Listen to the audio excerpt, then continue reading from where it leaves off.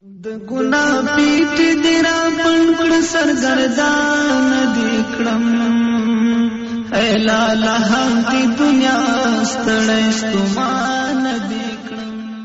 جنت زموږ په کورونو کې پتمنو اوریدونکو ستاسو پام راړو د الحاج مولوي محمد یاسین فهیم صاحب د جنت زموږ په کورونو کې و خبرونو ته اے لالا دی دنیا ستړی ستومان دې کړم څښتن مې ښکلی کړم پیدا. بسم الله الرحمن الرحيم. الحمد لله رب العالمين حمد الشاكرين. الصلاة والسلام على سيد الأنبياء والمرسلين سيدنا ونبينا وشفيعنا ومولانا محمد وعلى آله وأصحابه الطيبين الطاهرين. قدرمنو اوریدونکو د ژوند د لارې د خپرونې مینوالو السلام علیکم ورحمة الله وبرکاته. ستاسو روغتیا او خوشحالي د پاک رب نه غواړم په دې هیله چې د صحت او عافیت جامې پر تن ولرئ او خوشحالي مو په برخه وي.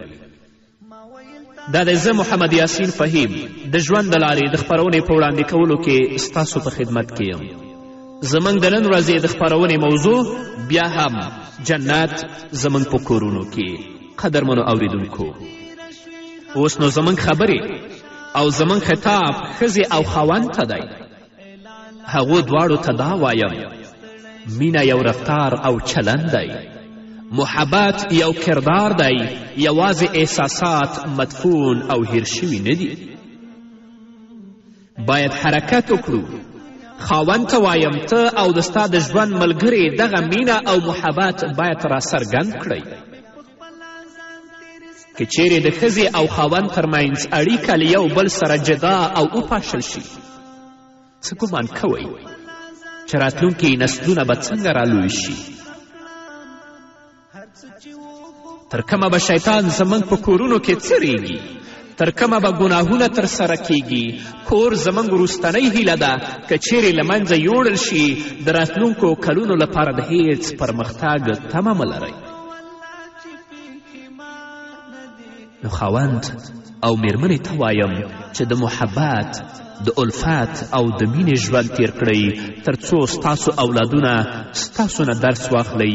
راشي دا نفرتونه، دا بدبختۍ چې یو بل سره لرئ دا پرېږدئ. د خپل د کور فضا په مینې او په محبت سره ډکه کړئ.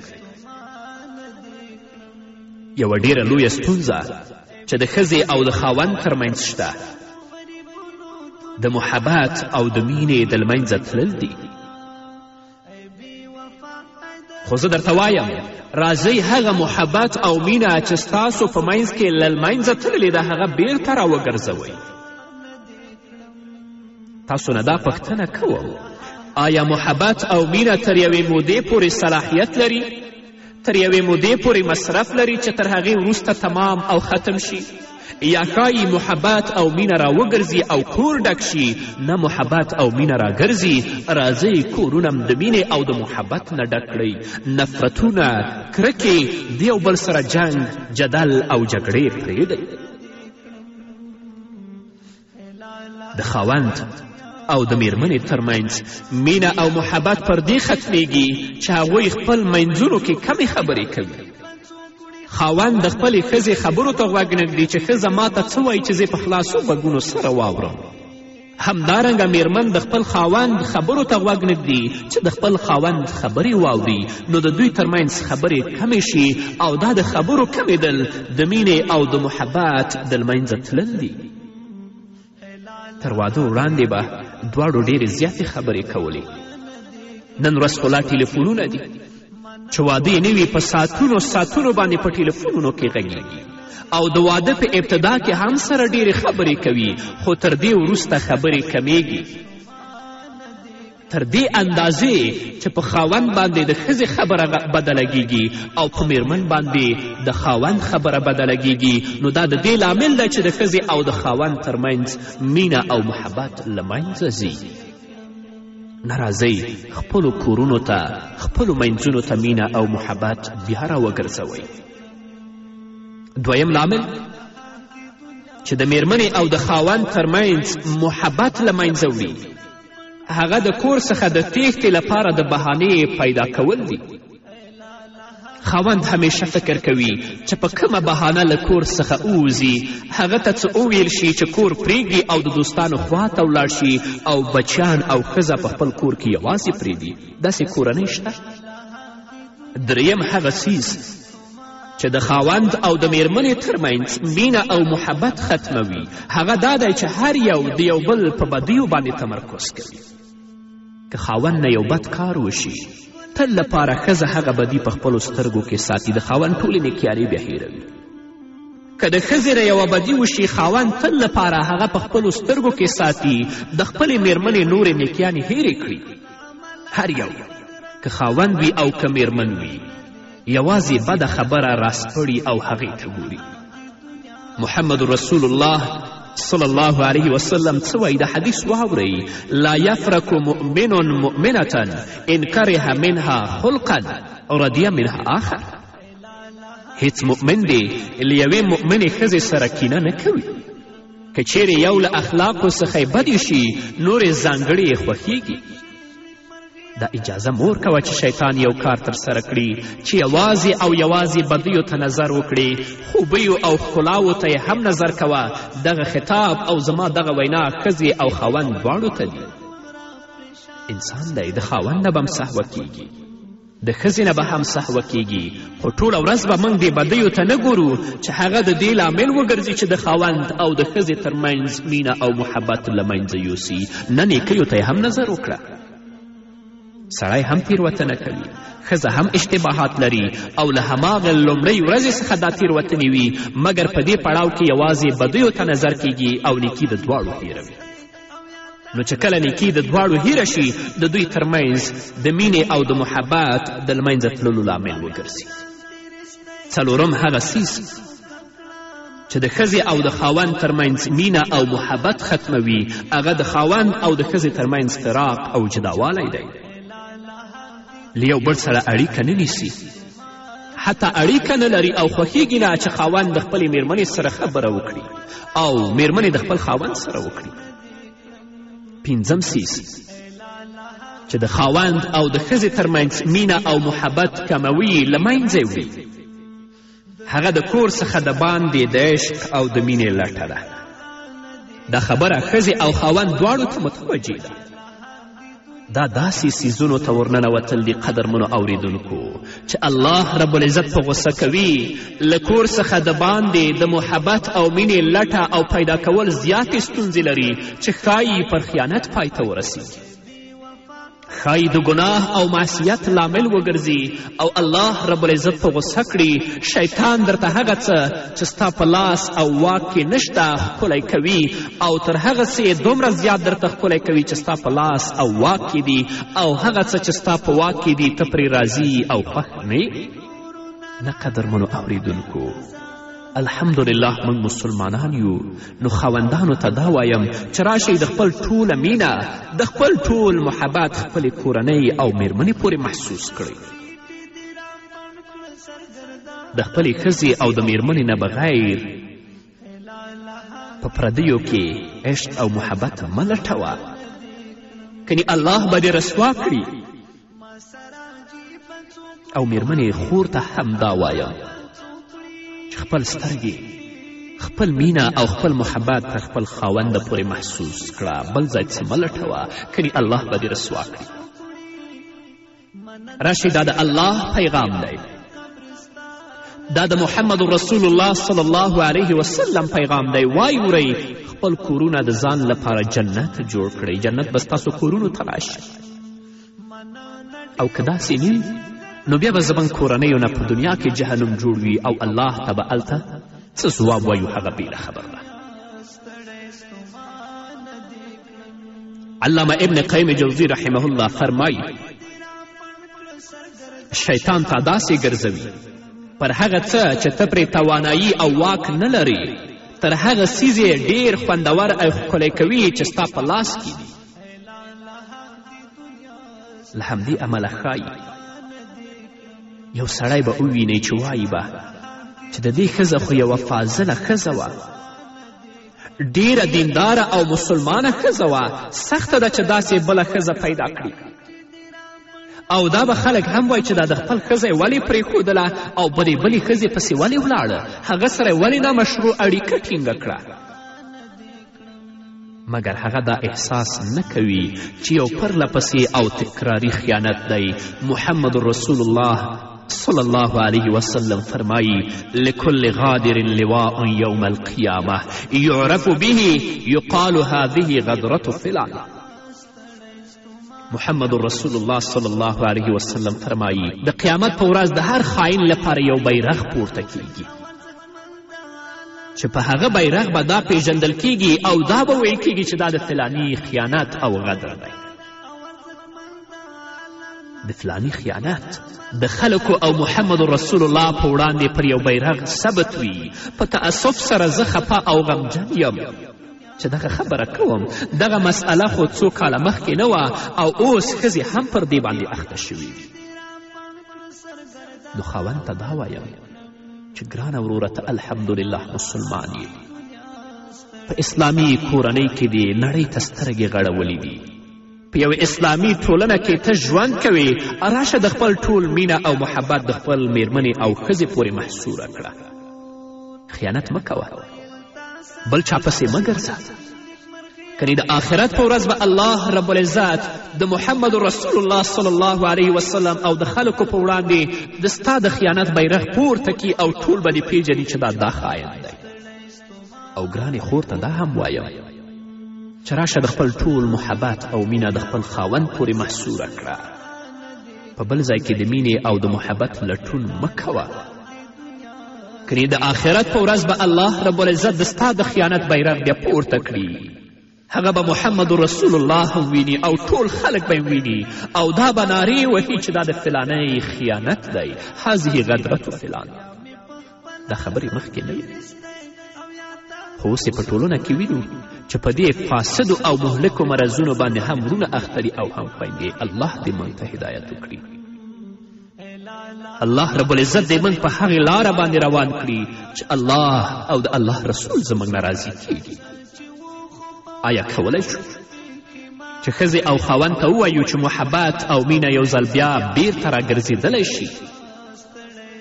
آیا کولی شو یوې مطلقې او خپلواکې ښځې ته ووایو چې یو ځل بیا تجربه کړه؟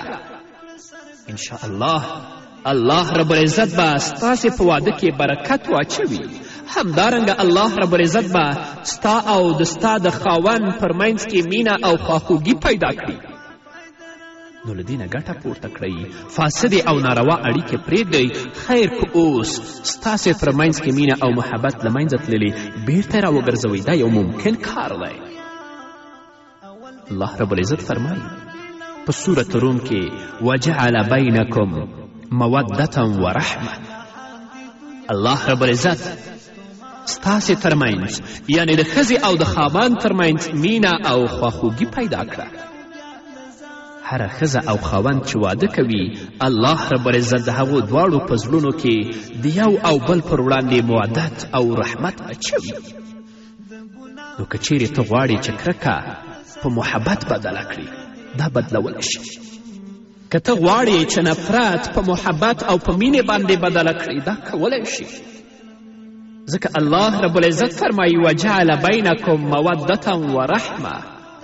الله رب العزت د خاوند او د ښځې ترمنځ مینه او خواخوږي پیدا کړې ده. نو راشه هغه مینه او خواخوږي چې الله رب العزت د خاوند او د ښځې ترمنځ پیدا کړې بیرته راوګرځه.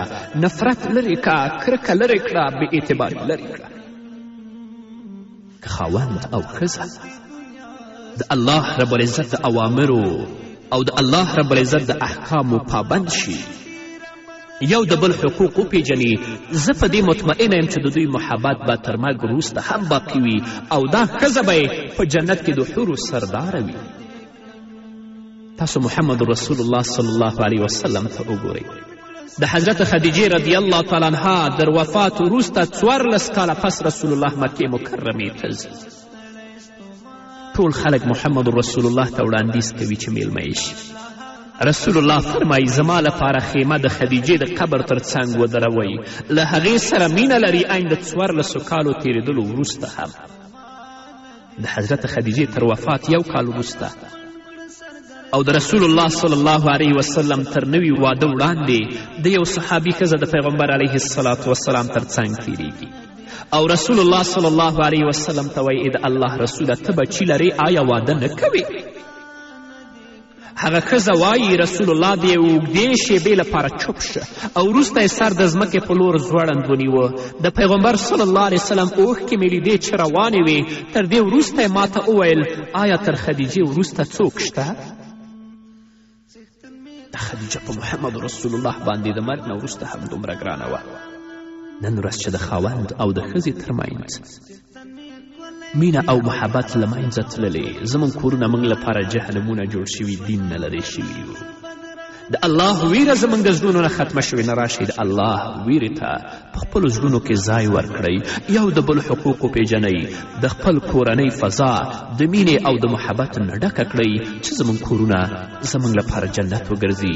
نور به مو واورو قدرمنو اورېدونکو، خود یو د مینه د ګناه پیټ دې را بند کړه سرګردان دې کړم، ای لاله هم دې دنیا ستړی ستومان دې کړم. د ګناه پیټ دې را بند کړه سرګردان دې کړم، ای لاله هم دې دنیا ستړی ستومان دې کړم. ای لاله هم دې دنیا ستړی ستومان دې کړم. څښتن مې ښکلی کړم پیدا او ارزښتمنده. قدرمنو اوریدونکو، بیا هم زموږ سلامونه او نیکې هیلې ومنئ. تر ټولو غټ څیز چې خپلو بچیانو ته تاسو وړاندې کوئ دا دی چې له مور سره تاسو مینه وکړئ. محمد رسول الله صلی الله علیه وسلم ته وګورئ چې د ذات رقا له غذا څخه راګرځي. رسول الله صلی الله علیه وسلم سره لښکر دی او په دغه لښکر کې جابر بن عبدالله رضی الله تعالی عنه هم شامل دی. رسول الله صلی الله علیه وسلم د حضرت جابر بن عبدالله نه پوښتنه کوي آیا واده دې کړی؟ جابر بن عبدالله رضی الله تعالی عنه رسول اکرم صلی الله علیه وسلم ته ځواب ورکوي هو اې د الله رسوله واده مې کړی. پیغمبر علیه الصلاة والسلام ورنه پوښتنه کوي چې آیا تا واده له کونډې سره کړی که له پیغلې سره؟ حضرت جابر بن عبدالله رضی الله تعالی عنه ورته وایي ای د الله رسوله ما له کونډې سره واده کړی. رسول الله صلی الله علیه وسلم له حضرت جابر بن عبدالله نه بیا پوښتنه کوي ولې ای جابره ولې د له پیغلې سره واده نه کوه؟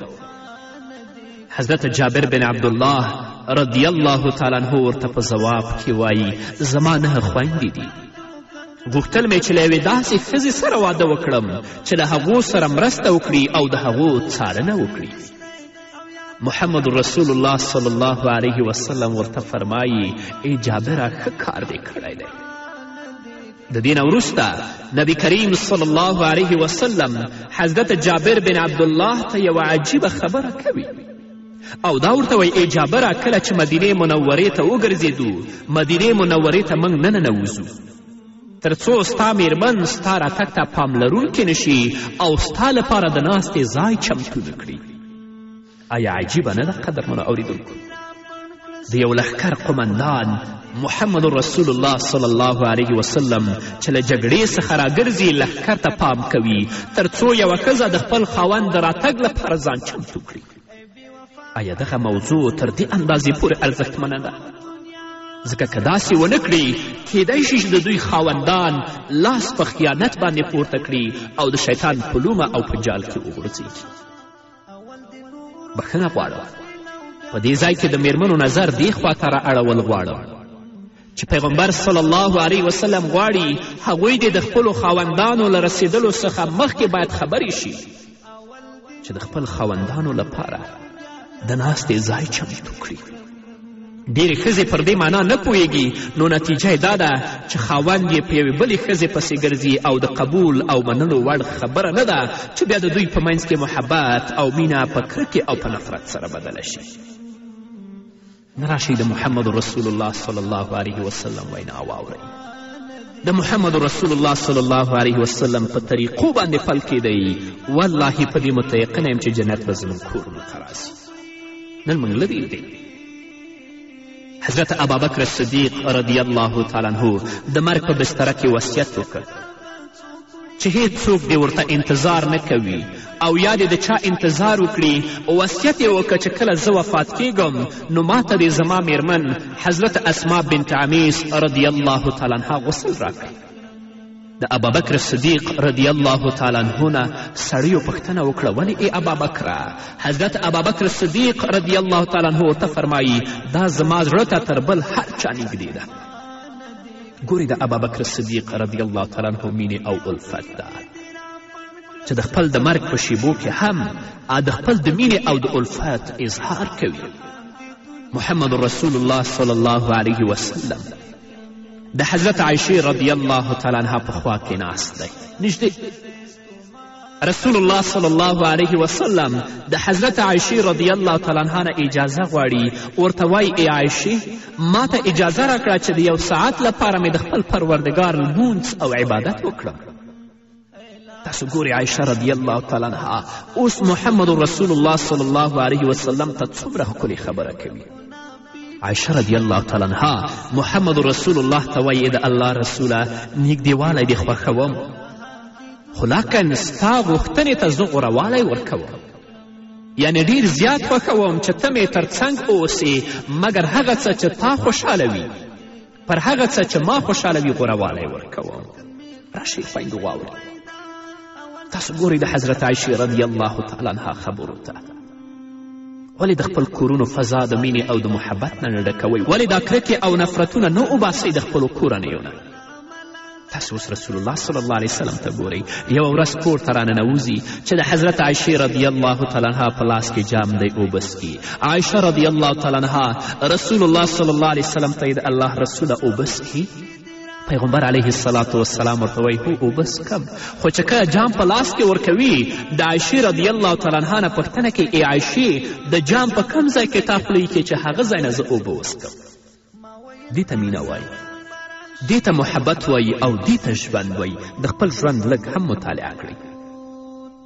یو کس حضرت علی کرم الله وجهه ته وایي چې ستا اړیکه د محمد رسول الله لور سره یعنې فاطمة زهرا سره څنګه اړیکه ده؟ حضرت علی کرم الله وجهه ورته په ځواب کې وایي د محمد رسول الله لور زما سکون او ناوې ده، غوښه یې زما له وینې او غوښې سره ګډه ده، هغه زما ښځه ژوندون او آرام ده، غوښه یې زما پر غوښې او وینې ګډه ده. آیا کله دې داسې اظهار د مینې او محبت خپلې میرمن سره کړی؟ یوه ورځ محمد رسول الله صلی الله علیه وسلم د فاطمة الزهرا رضی الله تعالی عنها او د حضرت علی کرم الله وجهه کور ته ورځي. د واده یې 7 کلونه تیر شوي. د فاطمة الزهرا او د حضرت علی کرم الله وجهه د خندا غږ پورته و. په اوچت اواز سره یې خندل. کله چې محمد رسول الله صلی الله علیه وسلم پرې ورننوت له شرم او خجالت څخه دواړه غلي شول، هم فاطمه هم علی. محمد رسول الله صلی الله علیه وسلم ترې پوښتنه کوي ولې مو خندل؟ علی رضی الله تعالی عنه ورته فرمایي ای د الله رسوله فاطمه ما ته وایي چې زه له تا څخه مشره یم او حال دا چې زه د فاطمې نه مشر یم. فاطمه اوس څه وایي محمد رسول الله ته؟ نه بلکې زه له هغه څخه مشره یم. محمد رسول الله صلی الله علیه وسلم مخ فاطمې رضی الله تعالی عنها ته اړوي، ورته وایي ای فاطمې نه هغه تر تا مشر دی. فاطمه محمد رسول الله ته څه وایي؟ ای زما پلار جانه زه پوهیږم چې علي زما مشر دی مګر له هغه سره مې شوخي کوم. وګورئ د فاطمة الزهرا او د علي کرم الله وجهه ژوند ته چې څنګه یې مینې او محبت ته په خپل کورنۍ کې ځای ورکړی و، څنګه یې د مینې او د محبت نه د خپل د کورنۍ فضا ډکه کړې وه، جنت د هغوی کورنیو ته راننوتلی و. عبدالله بن مبارک رضی الله تعالی عنه له تابعینو څخه دی. یو کال به جهاد کوه او یو کال به حج کوه. کله چې د حج لپاره ولاړه د خپلې ښځې مشتاق او لیوال شو. د یو کس په وسیله یې خپلې میرمن ته لیک ولیږه چې پکې لیکلي وه روح مې ستا روح ته سخت لیوال او مشتاق شوی. آیا احساس دې که؟ دې خبرې ته تا وکتل؟ دې ته مینه او محبت وایي. چې د کوره وځئ کله دې هم تلیفون راپورته کړی، احوال دې ورته اخیستی، د مینې او د محبت اظهار دې ورته کړی. د حضرت خدیجې رضی الله تعالی عنها تر وفات ښایسته ډېره موده وروسته رسول الله صلی الله علیه وسلم په خپل کور کې ناست و. څوک راغلل، د محمد رسول الله دروازه یې وډبوله. رسول الله ورته وفرمیل څوک یې؟ د یوې ښځې غږ یې واورېده چې هغه ورته وایي آیا زه راننوځم؟ کله چې پیغمبر صلی الله علیه وسلم یې غږ واورېده رسول الله وفرمیل الله الله، ته به وایې چې د خدیجې غږ دی، ته به وایې چې د خدیجې رضی الله تعالی عنها اجازه غوښتنه ده. خدایه هغه حاله وګرځوه، حاله د خدیجې رضی الله تعالی عنها خور وه. محمد رسول الله هغې سره ډیره مینه درلودله.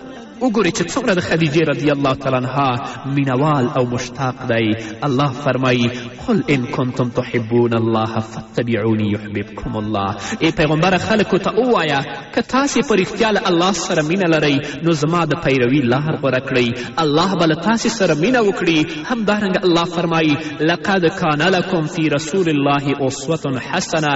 په حقیقت کې ستاسې لپاره د الله رب العزت د رسول په طریقو کې یو خورا غوره نمونه وه. ای هغو کسانو چې له رسول الله سره مینه لرئ، ولې د پیغمبر صلی الله علیه وسلم ټولنیز ژوند عملي کوئ چې د کورونو فضام د مینې او د محبت نه ډکه شي او جنت ستاسو کورونو ته راننوځي. په همدې هیله قدرمنو اورېدونکو دا وه زموږ د نن ورځې خپرونه چې ستاسو درانه حضور ته وړاندې شوه. تر بلې خپرونې پورې چې زه بیا هم ستاسو درانه حضور ته راځم، تاسو ټول په پاک رب سپارم. پاتې ژوندم نیکمرغه، ښاد، بریالي او کامیاب اوسئ. چښتن مې ښکلی کړ پیدا او ارزښتمند عالم، خپل عملات چې بدرنګه ورځانه دې کړم. ای لاله د دنیا ستړی ستومانه دې کړم. د ګناه پیټې دې راپڼ کړ سرګردانه دې کړم. ای لاله د دنیا ستړی ستومانه دې کړم. ما ویل تا سره به راشي نیکمرغي او سکون، ما ویل تا سره به راشي نیکمرغي او سکون. څومره چې تېره شوې همهومره پریشانه دې کړم.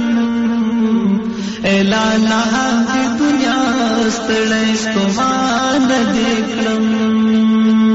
د ګناه پیټې دې راپڼ کړ سرګردانه دې کړم.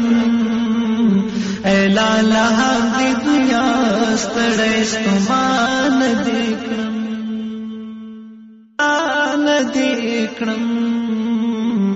ای لاله د دنیا ستړی ستومانه دې کړم. منا نډیره بدرنګه تر قبرستانه دې کړم. ای لاله د دنیا ستړی ستومانه دې کړم. د ګناه پیټې دې راپڼ کړ سرګردانه دې کړم. ای لاله د دنیا ستړی ستومانه دې کړم. ای لاله د دنیا ستړی ستومانه دې کړم. ای لاله د دنیا ستړی ستومانه دې کړم. ای لاله د دنیا ستړی ستومانه